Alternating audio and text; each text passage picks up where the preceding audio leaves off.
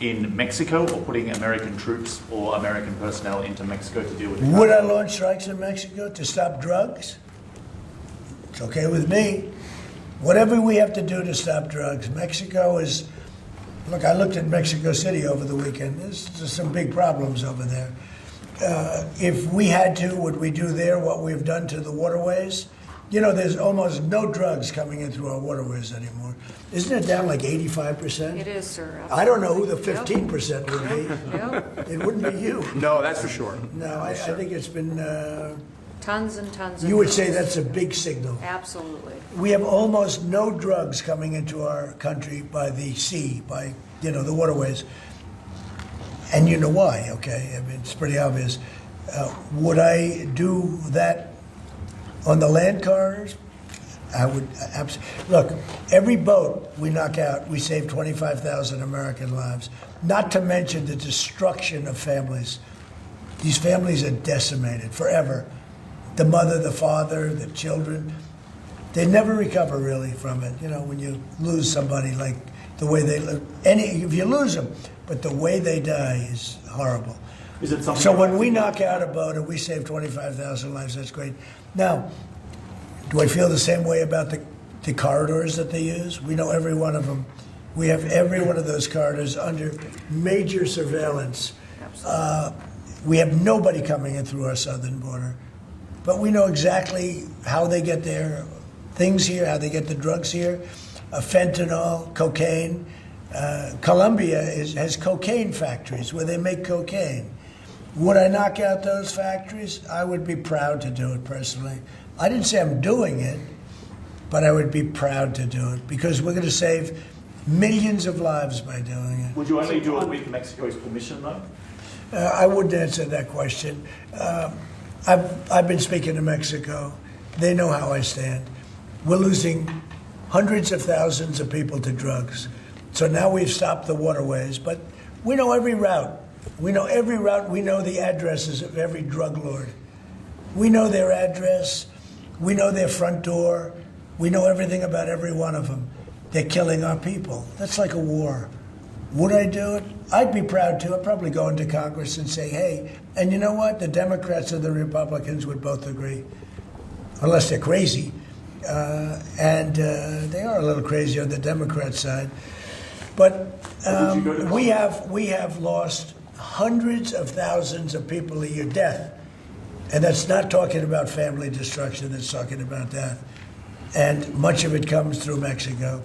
So let me just put it this way. I am not happy with Mexico, okay? Thank you very much, everybody. Thank you, Press. Thank you, Press. Thank you. Thank you, Press. Thank you, guys, for Thank you, Press. Thank you, guys. Stefano is getting reaction for us from the Venezuelan capital, Caracas. So he's not committing to allowing Maduro to stay in power. But he said he was willing to speak to Maduro. It was interesting just to know that they haven't spoken yet, I guess. Yes, it's interesting that for sure, Max, and it's also interesting that you can see we've talked a lot about how Donald Trump, especially in the second mandate, has in a way really changed the rules of diplomacy and in the American stance on the international stage.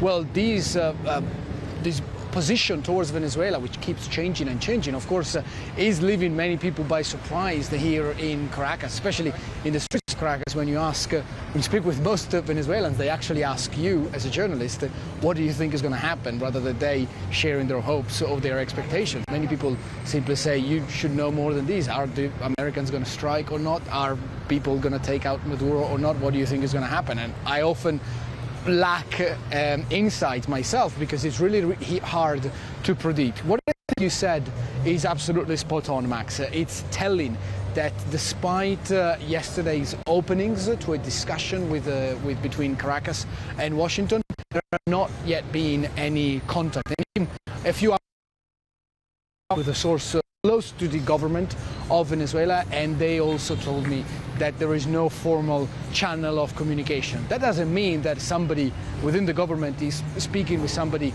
close to Trump, maybe on Signal, one of these encrypted communication channels that we know are still active. However, of course, that is one thing. The other one is a fully engaged conversation and discussion around the possible negotiation between Washington and Caracas. Today definitely feels like a completely different day from, for example, yesterday or even Saturday. Saturday was really the day in the last few days and weeks where we saw the government most prepared here in Caracas to come up to a confrontation with the United States. They had, for example, organized ceremonies for local civilians to swear in and take an oath to defend Venezuela in case of an attack. Well, today, as you can see from where I am, it feels a completely different day. It feels very much a normal Monday afternoon. It's about 4:30 p.m. here in Venezuela right now, and people are just getting on with their days while we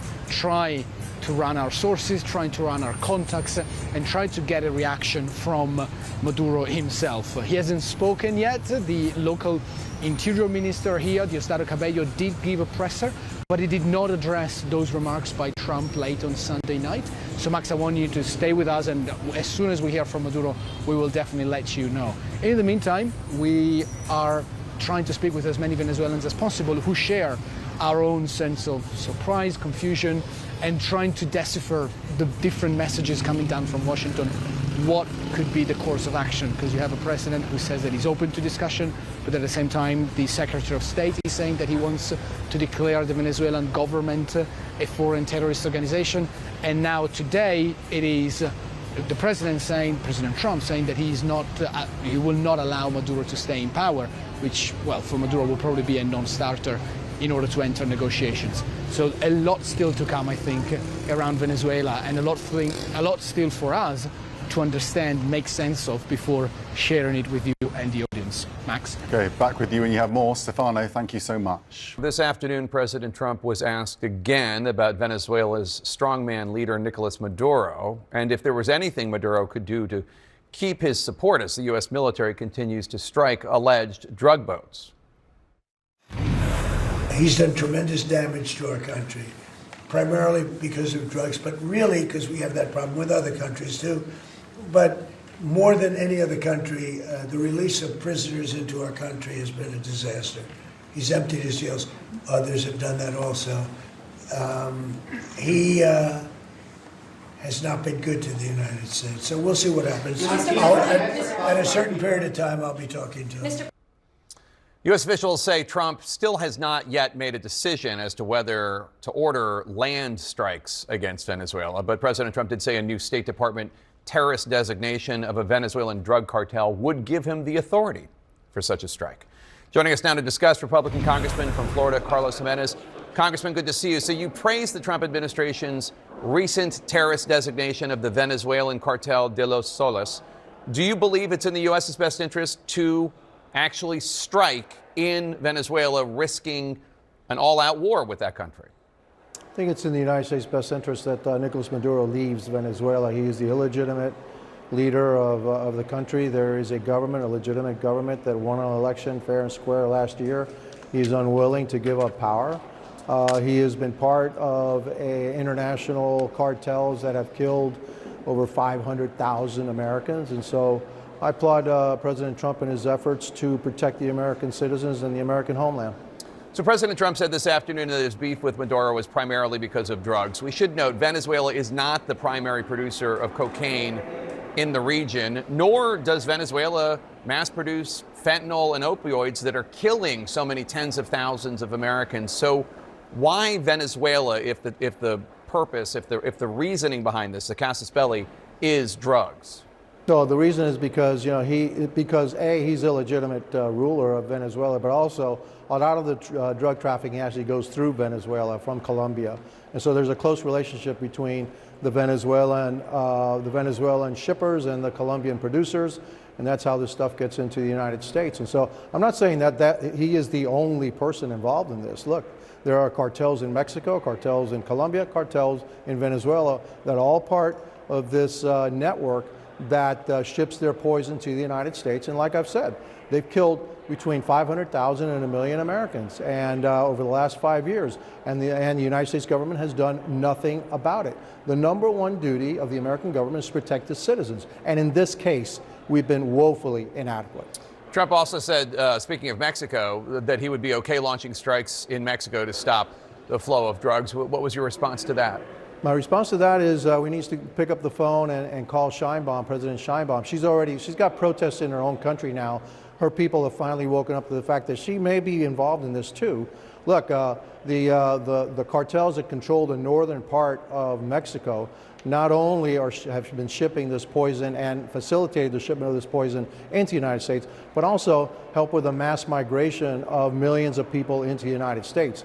Her government is no friend of the United States, and yes, her hands are dirty too when it comes to the killing of American citizens. And so I would call her and say, hey, you got 2 weeks, man, to clean up your act in the northern border, or else, I've got to protect my citizens. And again, President Trump has to protect the American citizens because that's his number one duty.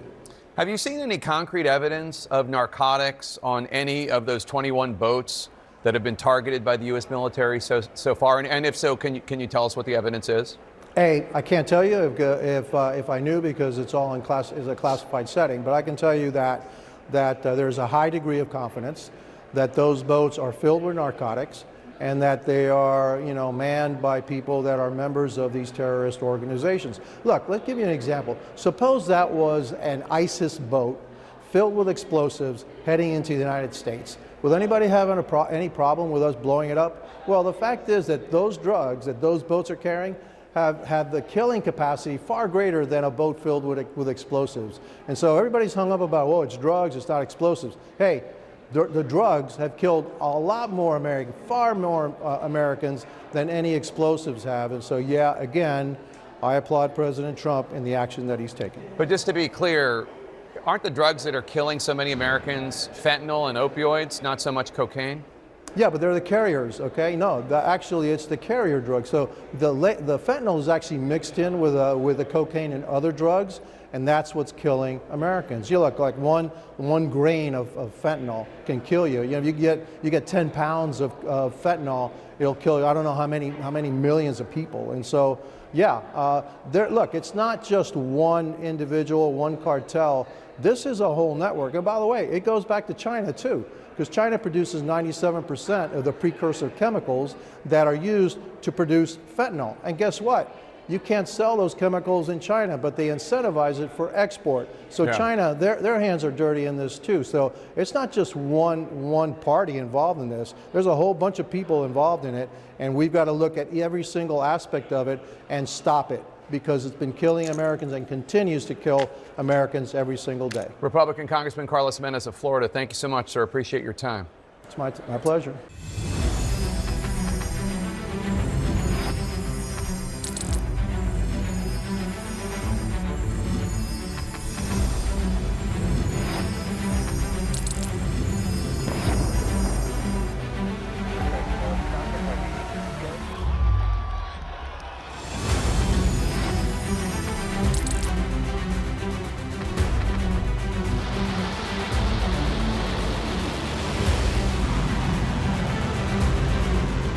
Fighting so long and so hard that they don't know what the they're doing.